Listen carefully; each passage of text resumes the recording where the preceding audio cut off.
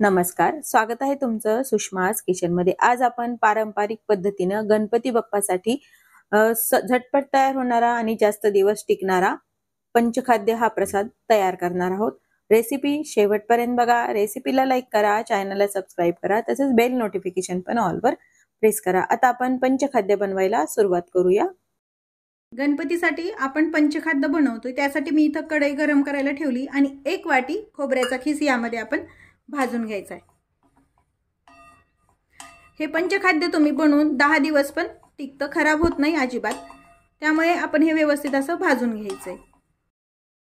पंचखाद्यामध्ये वापरले जाणारे पदार्थ ख पासून तयार होणारे असतात, जसे की खोबरं, खारीक, किशमिश, खसखस आणि खडीसाखर यापासून पंचखाद्य तयार करतात। त्यामध्ये याशिवायही तुम्ही ड्राय फ्रुट्स पण वापरू शकता, पण मेन जे पंचखाद्यामध्ये वापरले जातात हे ते 5 पदार्थ आहेत।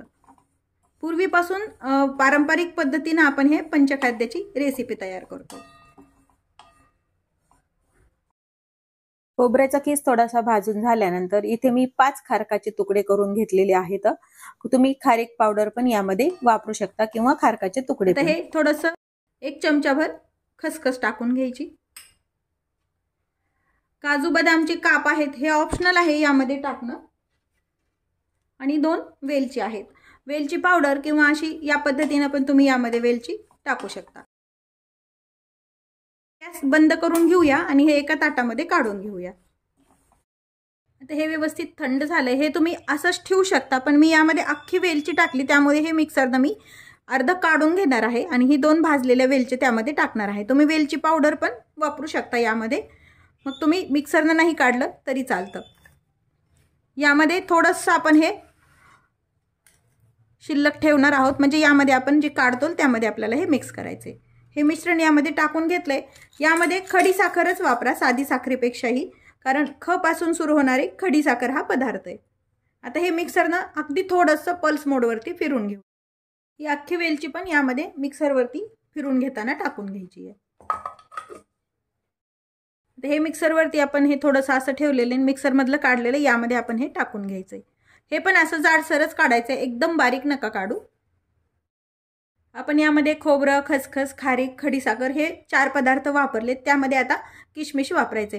किशमिश नसेल तर तुम्ही आपलं खजूर पण वापरू शकता, म्हणजे ओली खजूर पण वापरू शकता किंवा मग खवा पण वापरू शकता।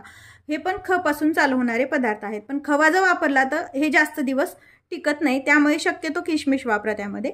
आता हे यामध्ये टाकून घेतले आणि हे मिक्स करून घ्यायचे। मिक्सरवरून काढल्यानंतरच किशमिश यामध्ये टाकून घ्या। आपलं हे पंचखाद्य छान तयार आहे।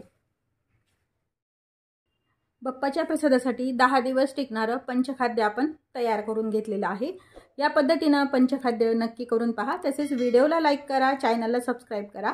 अशाच नवीन रेसिपी सोबत पुन्हा भेटूया, तोपर्यंत बाय बाय। व्हिडिओ पाहिल्याबद्दल खूप धन्यवाद।